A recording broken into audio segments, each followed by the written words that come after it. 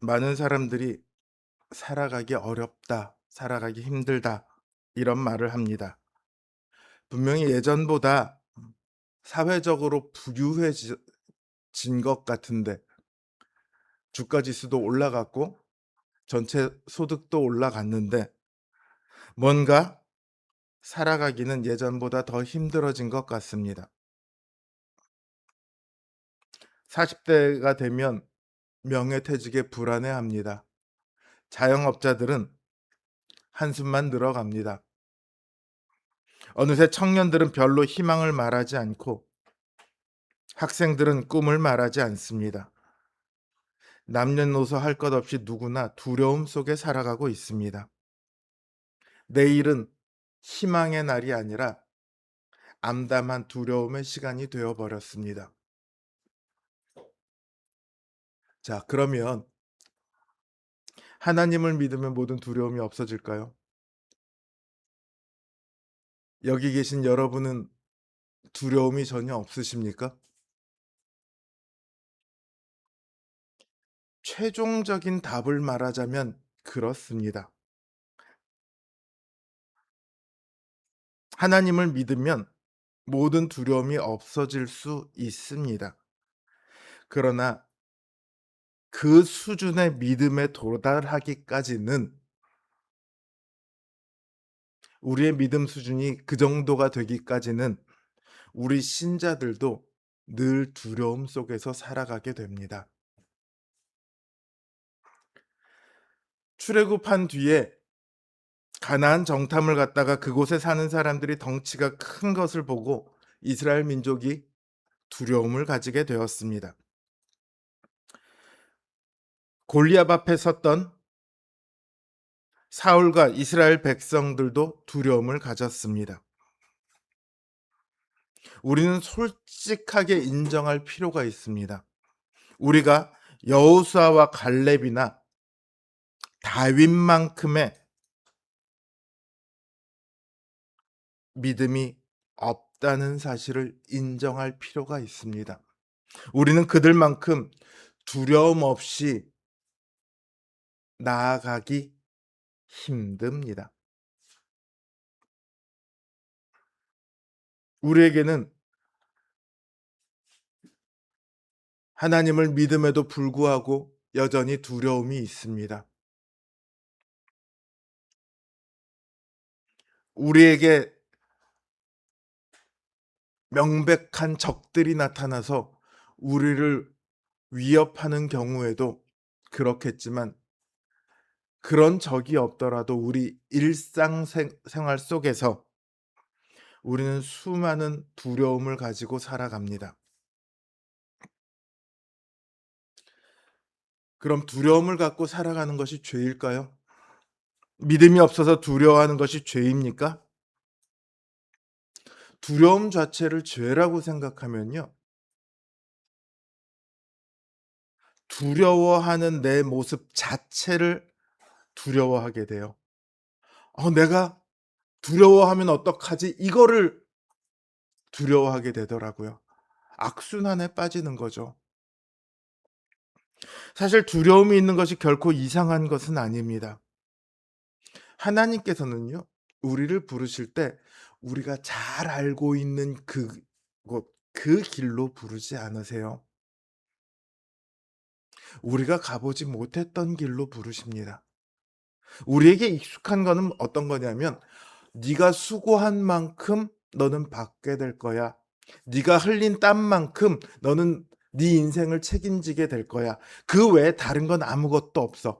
우연히 나타나서 너에게 해코지를 하는 일도 없을 거고 그냥 네가 한 만큼만 딱 결과가 나올 거야. 이거는 우리에게 굉장히 익숙합니다. 그래서 내가 뭔가를 잘 못했으면 내 앞날에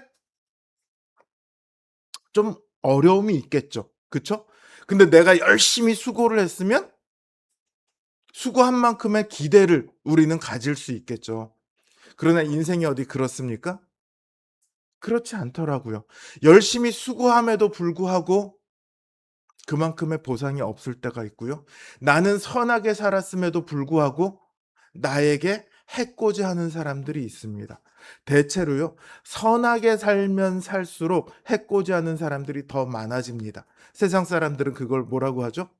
호구라고 부르죠. 하나님께서 우리를 이끌어 가시는 곳은요. 그런 곳들이 아니에요. 내가 한 만큼 내가 그 결과를 기대하고 내가 그 결과를 책임지는 곳이 아니라 하나님께서 우리 인생을 책임지시는 곳이에요. 내가 하지 않은 곳으로, 내가 하지 않은 것을 하나님께서는 먹게 하시고 내가 하지 않은 일의 결과를 보게 하십니다. 그리고 우리에게 닥쳐오는 수많은 일들을 하나님께서 우리가 하지 않아도 이기게 하십니다. 이런 길은요. 우리는 가보지 못했어요. 우리가 이전에는 익숙하게 경험해 보지 못했던 거예요. 그러니까 두려움을 가집니다.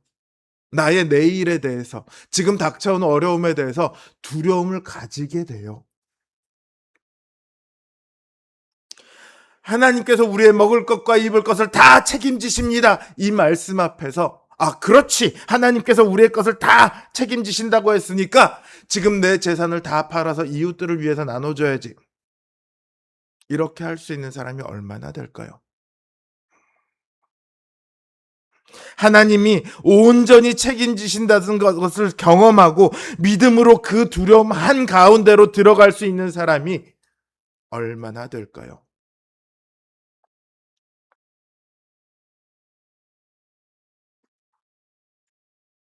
제가 신학교를 다닐 때 그런 말을 하는 친구들을 봤습니다. 하나님께서는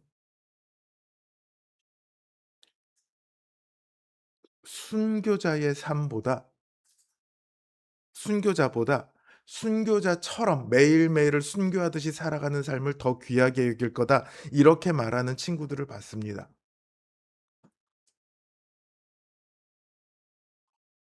누가 도대체 그런 말을 시작했는지 모르겠지만 그것은 두려움에 대한 자기 변명일 뿐입니다.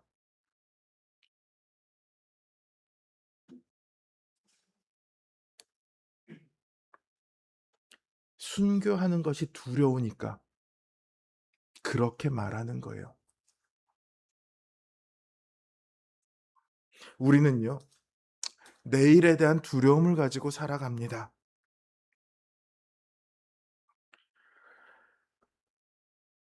미래에 대한 두려움 없이 살아가는 사람이 없어요. 저는 두려움이 있는 사람들을 비난하려고 하는 게 아니에요. 우리가 다 두려움을 가지고 있다. 이것을 인정해야 한다고 말씀드리는 겁니다.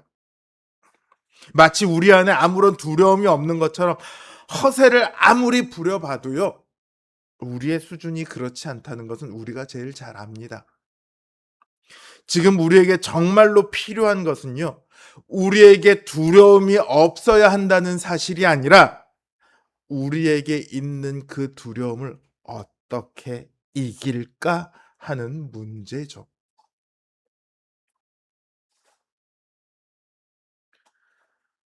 오늘 본문을 보면 바울은 특별한 하나의 결단을 합니다. 내가 로마도 보아야 하리라. 바울은 지금 한참 3차 선교 여행을 하던 중입니다. 이 3차 선교가요, 잘 안 되고 있는 게 아닙니다. 어려움에 처한 것이 없어요. 정말로 잘 되고 있어요. 가는 곳마다 교회가 서고 있고요. 큰 성과를 보이고 있습니다. 그럼에도 바울은 이 잘 되고 있는 선교 여행을 중단하고 로마로 가겠다 말을 합니다. 마치 큰 교회 목사님이 어느 날 갑자기 "나는 이 교회를 사임하겠습니다.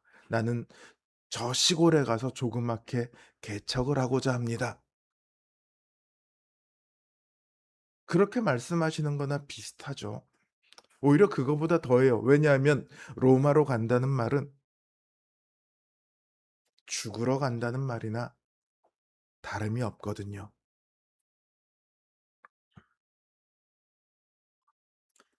그런데 이거는요.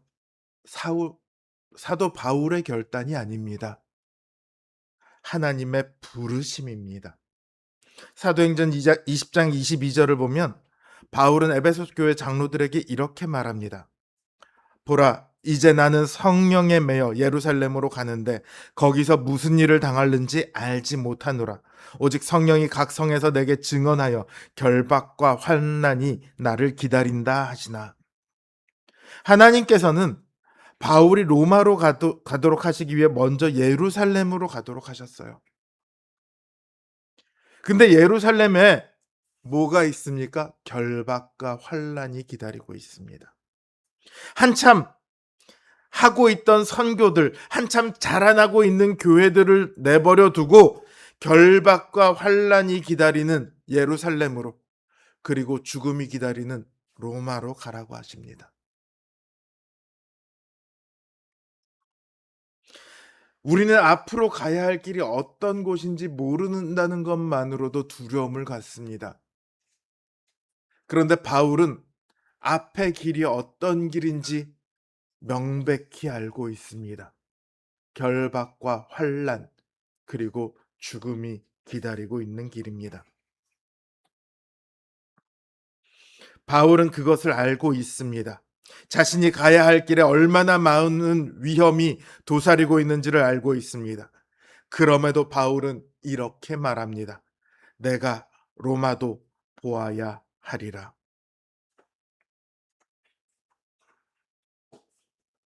이 말을 하고 나서 바울은 마게도냐와 헬라와 아시아의 교회들을 한번 돌아보고는 예루살렘으로, 그 위험의 길로 나아갑니다. 바울이 이런 죽음을 무릅쓴 결단을 할 수 있었던 것은 자신을 부르신 하나님의 부르심을 알았기 때문입니다. 그래서 그 길을 갈 수 있었습니다. 사도행전 20장 24절을 보면 바울은 이렇게 말합니다. 우리 함께 읽어볼까요? 시작. 내가 달려갈 길과 주 예수께 받은 사명, 곧 하나님의 은혜의 복음을 증언하는 일을 마치려 하면은 나의 생명조차 조금도 귀한 것으로 여기지 아니하노라. 바울은 사명, 즉 하나님의 부르심에 매여 있었습니다.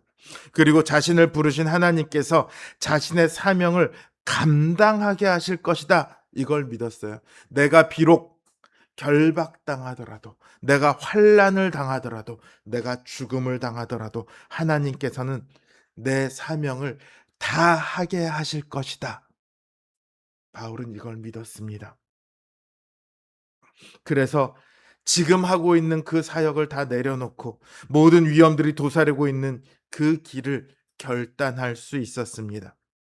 바울에게 있어서 가장 중요한 것은요, 자신이 어떤 일을 했느냐가 아닙니다. 자신이 하고 있는 일이 잘 되고 있느냐가 아닙니다.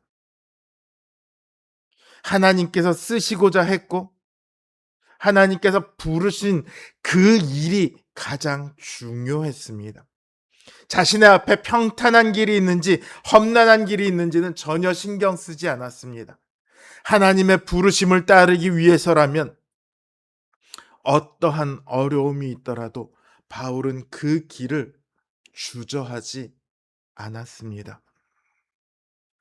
오늘 우리에게도 하나님의 부르심이 있습니다. 우리 삶을 통해서 이루고자 하는 일들이 있습니다.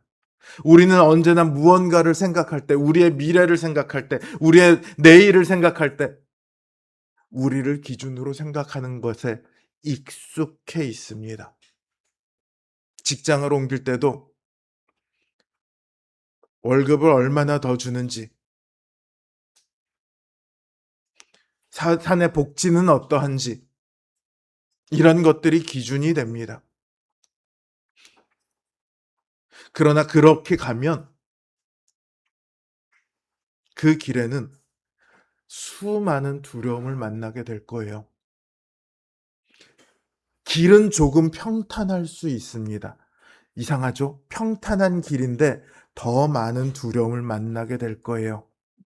그러나 하나님의 부르심을 바울처럼 따라가면 그 길이 평탄한지 험난한지는 중요하지 않습니다. 적어도 그 길에는 두려움은 훨씬 작아진다는 사실입니다. 다르게 말하면 마음에 평안이 있다는 말이죠. 당장 에베소에서 일어난 일들을 한번 보십시오. 자, 바울의 사역을 통해서 에베소의 신자가 늘어났어요. 신자가 늘어나면 에베소에서 바울이 활동할 수 있는 그 활동 반경이 좀 늘어날까요? 아니요, 그렇지 않았어요. 신자가 늘어나면 가장 타격을 받는 사람들이 있습니다. 우상을 만드는 사람들이에요. 근데 이 사람들이 에베소 시내에서는 소위 나름 힘 좀 쓴다 하는 사람들이에요. 이 사람들이요, 아르테미스, 아뎀이라고 되어 있는 아르테미스 신은 우리가 그리스 로마 신화를 알면 다 익숙하죠. 아르테미스 신의 그 신전을 작게 만들어서 이거를 모형으로 갖고 다닐 수 있게 만드는 그런 사람들이에요. 그 이제 개역 성경을 보면 "은감실을 만드는 사람이다." 이렇게 되어 있는데 그 작은 신의 거처 이런 뜻이에요, 은감실이라는 게. 당시 사람들은 신의 축복을 바라면서 늘 이거를 갖고 다녔어요. 근데 에베소뿐만 아니라 그 일대 아시아 지역에 복음이 전해지면서 이 사람들이 당장 자신의 영업에 손해가 발생을 합니다. 그러니까 데메드리오라는 사람이 사람들을 모아서 바울을 대적합니다. "야, 이 사람 때문에 우리의" 자기가 손해봤다는 얘기 안 해요. "이 사람 때문에 지금 아데미의 이름이 훼손당하고 있다. 아데미의 보호가 우리 에베소시에서 이제 사라지면 어떻게 할래?" 사람들의 두려움을 불러일으키는 거예요. 그렇게 선동을 합니다. 신의 위엄이 손상당하고 있는데 신의 축복이 사라질지도 모르는데 너희들 가만히 있을래? 그랬더니 사람들이 아니 우리가 이렇게 여태까지 살게 된 게 아데미 신의 축복이었는데 그게 지금 무슨 이야기냐 그러고 크다 크도다 에베소 사람의 아데미여 이렇게 구호를 외치면서 돌아다니기 시작합니다. 에베소 사람들에게 아데미 신전은요 가장 대표적인 신전이에요. 그러니까 다르게 말하면 아데미 성에 있는 사람치고 아이 에베소 성에 있는 사람치고 아데미 신을 믿지 않는 사람이 없어요. 그러니까 크다 에베소의 아데미여 하고 사람들이 돌아다니까 뭔지도 모르고 사람들이 일단 따라갑니다. 같이 외쳐요. 그리고는 그 사람들을 데리고 어디로 가냐면 아 바울과 같이 다니던 바울은 못 찾고 가이오와 아리스다고를 잡아 갖고 연극장으로 데려갑니다. 이 연극장은요. 연극하는 곳이기도 하지만 재판을 하는 곳이거든요. 그러니까 이 사람들을 재판하기 위해서 그리로 모여갑니다. 이때 바울이 저들이 원하는 것은 자기니까 자신이 나가서 해결하려고 하는데 제자들도 말릴 뿐만 아니라 그 아시아 관원이 와서 "당신이 나가면 문제는 더 커진다. 가만히 있어라." 이렇게 말을 해요. 아니나 다를까 되어지는 일들을 보면 놀랍게도 바울의 영향력이나 혹은 어떤 관원의 영향력이나 혹은 교회 사람들의 영향력이나 이런 것들과는 전혀 상관이 없는 일들이 일어납니다. 여러분, 저는 사실 이 본문을 처음에 읽을 때 '바울이 좀 비겁하다.' 생각을 했었어요. 제가 어렸을 때였죠. 바울이 좀 비겁해 보였어요. 자기 때문에 두 사람이 잡혀갔는데 왜 자기는 아무리 말린다고 해도 뒤로 빠져 있고 두 사람은 잡혀가? 그랬는데 여러분, 정말 바울 때문에 이 두 사람이 잡혀갔습니까? 그게 아니었죠. 이 일이 왜 일어났습니까? 돈에 눈이 먼 데메드리오라는 한 사람의 선동에 온 에베소가 넘어간 것처럼 보입니다. 그러나 이 일은 에베소 교회가 안정된 기반 위에서 성장을 이루어 나가던 그 시기에 일어나요. 교회가 성장할 때 성령의 역사와 함께 더불어 일어나는 일이 있습니다. 사단의 역사입니다. 하나님의 말씀이 강력하게 역사를 할 때면 사단들은 깨갱하고 이렇게 움츠려드는 것이 아니라요. 그들도 더 극렬하게 기승을 부립니다. 그들의 목표는 단 하나입니다. 하나님의 복음이 더 이상 이 에베소시에서 전파되지 못하도록 하는 겁니다. 그 복음을 꺾고자 하는 겁니다. 그래서 바울을 잡아서 더 이상 그 복음이 전해지지 않도록 바울을 꺾어 놓으면 교회가 두려움에 빠지겠죠. 그 일을 원하는 겁니다. 그들은요, 최종적으로 뭘 원하냐면 복음을 전하지 않거나 혹은 복음을 전하더라도 다른 신도 함께 인정하도록 하는 거. 그래, 너희는 네 하나님 믿어. 그런데 아데미도 믿어. 아데미가 우상이다 이런 말 하지 마라. 이거를 원하는 거예요. 언제나 사단은요, 너 교회 다니지 마 이렇게 말하지 않아요. 사단이 교회 안에서 역사했던 그 일들을 보면요. 결국은 뭐냐면 너 하나님 믿어도 좋아. 그런데 하나님 안 믿는 우리도 너희가 인정을 해야지. 이거를 원하는 거예요. 이걸 뭐라고 하죠? 타협이라고 하죠. 사단은요. 교회가 타협하도록 만드는데 가장 목적이 있습니다.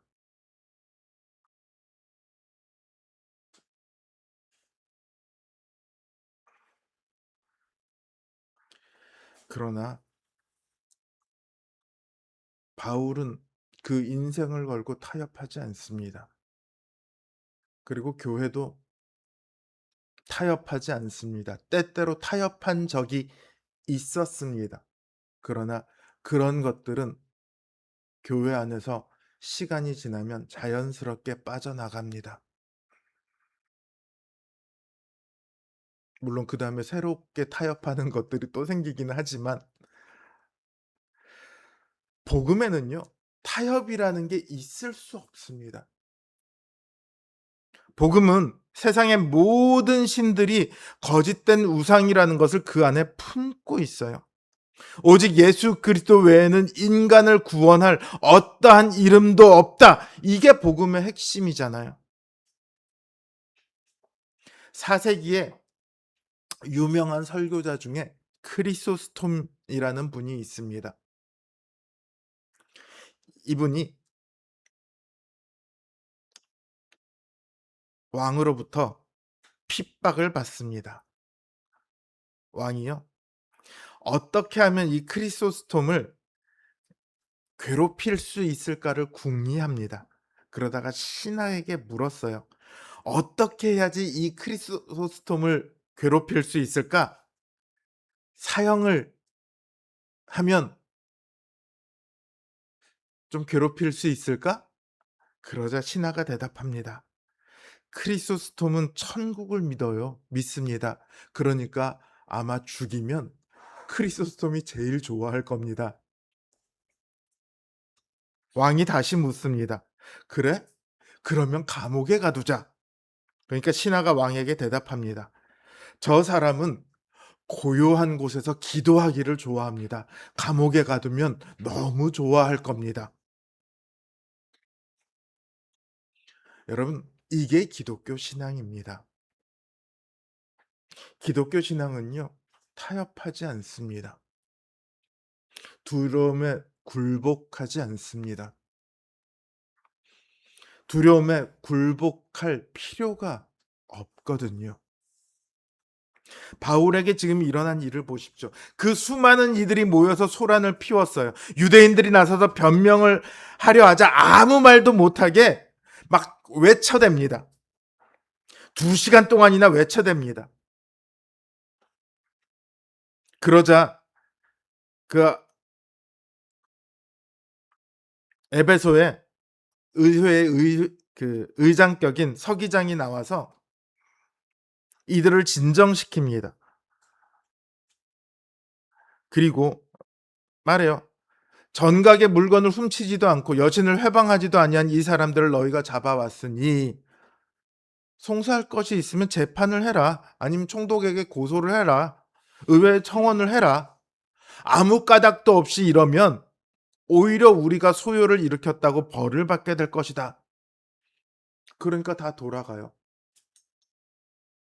아무 일도 없었던 것처럼 모든 일이 끝났습니다. 바울에게도 가이오에게도 아리스타고에게도 에베소의 신자들에게도 아무런 일이 일어나지 않았습니다. 당장이라도 죽을 것 같은 그 위협 앞에 모두가 놓여 있었는데 그 위협이 온데간데 없이 사라졌습니다. 누군가에게는 이 일이 우연처럼 생각될 수 있을 겁니다. 누군가에게는 이 일이 서기장의 지혜로운 합리적인 판단 때문이라고 생각될 수 있을 겁니다. 그러나 이 일은 전적으로 하나님의 주관 하에서 일어난 일입니다. 그걸 우리는 알아야 합니다. 하나님께서는 그 모든 일들을 통해 그 백성을 보호하시고 인도하십니다. 사단 마귀는 언제나 우리를 공격합니다. 우리에게 수많은 어려움을 던져줍니다. 그리고 야, 이래도 믿을래? 우리에게 두려움을 심어줍니다.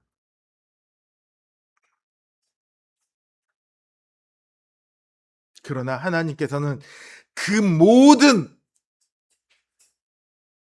사단 마귀의 획책으로부터 우리에게 닥쳐오는 모든 어려움으로부터 우리를 지키시고 보호하십니다. 아무 일도 없었던 것처럼. 아니, 에베소시에서 더 이상은 우상들이 신자들을 공격하지 못하겠죠. 어려움이 닥쳐왔는데 오히려 이전보다 더 나은 상황으로 하나님께서 만들어 가십니다. 그래서 우리도 두려움에 굴복하거나 혹은 타협할 필요가 없습니다. 믿음은 본질적으로 하나님의 약속에 대한 신뢰입니다. 하나님의 약속은요, 우리의 미래에 대한 거예요. 우리의 과거에 대한 거 아니에요. 하나님께서 아브라함을 부르셨을 때 아브라함이 믿었던 것은 하나님께서 나를 부르셨다 이게 아니라 하나님께서 그 약속을 이루실 것이라는 것이었죠. 하나님께서 우리에게 주시는 약속은요, 예수 그리스도를 우리를 위해 죽게 하시겠다가 아니잖아요. 이미 그 일은 하셨잖아요. 하나님께서 우리에게 주신 약속은 아브라함이 갈 바를 알지 못하고 간 것처럼 우리가 알지 못하는 미래에 대한 약속입니다. 우리를 위해 죽으신 그 예수 그리스도를 우리가 믿고 그 안에 서기만 하면 우리의 미래를 하나님께서 책임지시겠다는 약속이라고요. 그 영원한 영광의 나라에 이르기까지 우리의 손을 놓지 않고 우리와 함께 하시겠다는 것이라고요. 저는 이 약속에 대해서 베델에서 야곱에게 주신 하나님의 약속이 너무나도 가장 선명하게 보여준다고 생각합니다. 그래서 실제로 이 구절을 제일 좋아하기도 하고요. 창세기 28장 15절 말씀입니다. 함께 읽어볼까요? 내가 너와 함께 있어 내가 어디로 가든지 너를 지키며 너를 이끌어 이 땅으로 돌아오게 할지라. 내가 네게 허락한 것을 다 이루기까지 너를 떠나지 아니하리라 하신지라.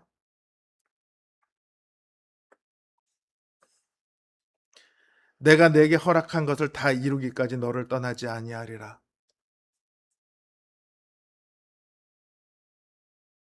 야곱이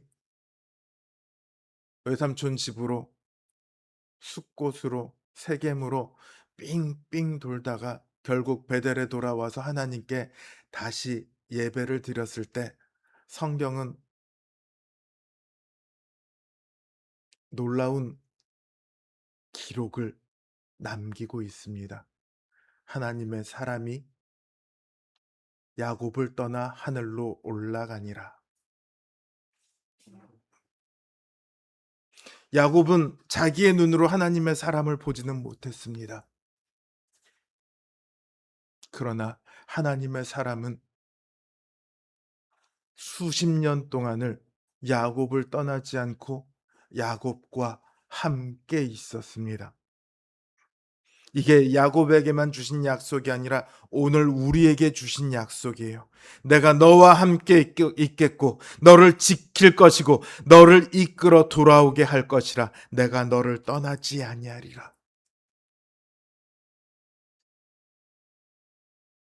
이 약속 앞에 다른 무엇이 필요합니까? 오늘 우리 인생에 두려움이 분명히 있습니다. 그러나 우리에게는 그 두려움보다 더 큰 약속이 있습니다. 이걸 믿으시길 바랍니다. 그 두려움보다 더 큰 약속을 주신 하나님이 계십니다. 이걸 믿으시길 바랍니다. 그 약속을 지키기 위해 이 땅에 오셔서 십자가에 자신의 생명을 내어주신 예수 그리스도께서 계십니다. 이걸 믿으십시오. 두려움 앞에서 우리는 언제나 우리에게 신실하신 그 하나님과 그 하나님의 약속을 믿어야 합니다. 지금도 하나님의 보좌 옆에서 우리를 위해 간구하시는 우리 주 예수 그리스도를 믿어야 합니다. 우리를 위해 흘리신 피와 찢기신 살을 기억하십시오. 주님께서는 우리가 흘려야 할 피를 대신 흘리셨습니다. 우리가 찢겨야 할 그 고통을 대신 받으셨습니다. 우리가 죽어야 할 죽음을 대신 죽으셨습니다. 그 주님이 바로 우리 주님이십니다. 그 주님이 오늘 지금 이 순간 그리고 영원토록 우리와 함께 하십니다. 그러니 그 주님을 믿고 믿음의 걸음을 내디드시기 바랍니다. 눈앞에 보이는 그곳이 두려워 보이는 곳일지라도 험난해 보이는 곳일지라도 그 길로 내디드십시오. 그 길에 발을 내디드면 마치 요단강가 앞에서 물이 머리 위로 치솟아 있을 때 제사장들의 발이 요단강 물에 발을 딛자마자 물이 갈라섰던 것처럼, 그래서 맨 땅이 드러났던 것처럼 그 두려움 한가운데 하나님께서 이끌어 가시는, 예비하시는, 인도하시는 그 길이 있음을 보게 될 것입니다. 그러니 두려움에 굴복하지 마십시오. 두려움에 지지 마십시오. 두려움에 타협하지 마십시오. 오직 우리를 부르신 주님의 부르심이 무엇인가 기억하여 그 부르심에 의지하여 믿음의 걸음을 걸어가는 우리 성도님들 되시길 주님의 이름으로 기원합니다.